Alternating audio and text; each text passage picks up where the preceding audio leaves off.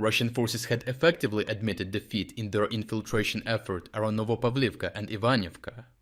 After months of sending small groups through gaps in the Ukrainian line, the Russians stopped trying to build those penetrations into a larger advance and began pulling their main forces farther back below the river. Even Russian sources that had previously exaggerated isolated infiltrations as territorial gains now acknowledged that the situation had reversed and that the forward effort could no longer be sustained. The repeated attempts had become too costly to keep feeding with fresh troops, so Russian commanders abandoned the plan and pulled back from the area instead. That retreat came after Russian infiltration attempts repeatedly ended in heavy losses. Footage from the sector shows Ukrainian drones dropping grenades onto Russian soldiers as they advance through dense vegetation. Separate FPV strikes show Ukrainian drones flying directly into Russian dugouts and detonating inside them. Near Horikove, another Russian group advancing through vegetation was detected and eliminated by Ukrainian artillery and strike drones before it could establish new positions. Ukrainian FPV operators also destroyed multiple Russian BM-21 Grad multiple launch rocket systems supporting Russian operations in the Novopavlivka sector.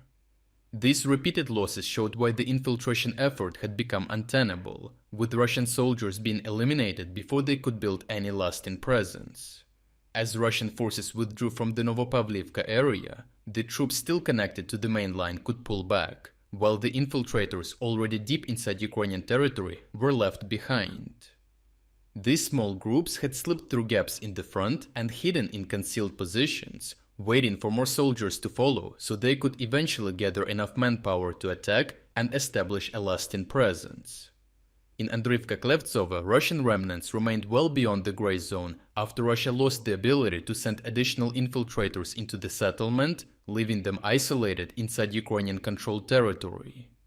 With the wider operation abandoned, those men lost the reinforcements they had been waiting for, while even drone deliveries of food and basic supplies stopped.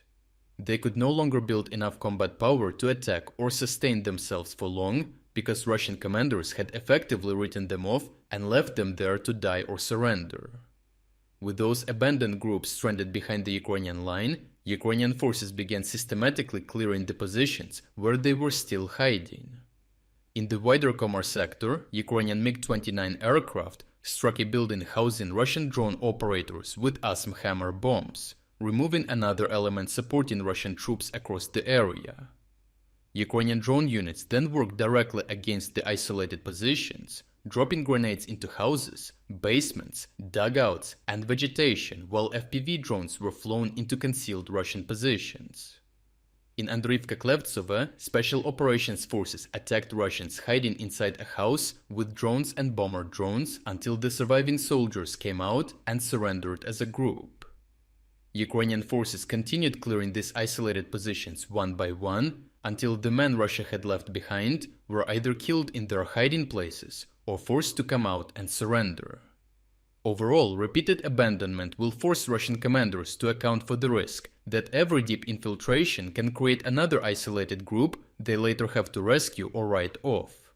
Recovering those men would require sending fresh troops back through routes already covered by Ukrainian drones, increasing the cost of a failed operation even after the main attack has ended.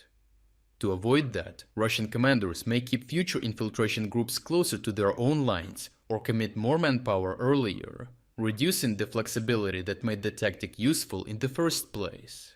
If this pattern continues, Russian commanders will keep sending small groups through Ukrainian lines and then leaving more of their own soldiers to die when the wider attack fails.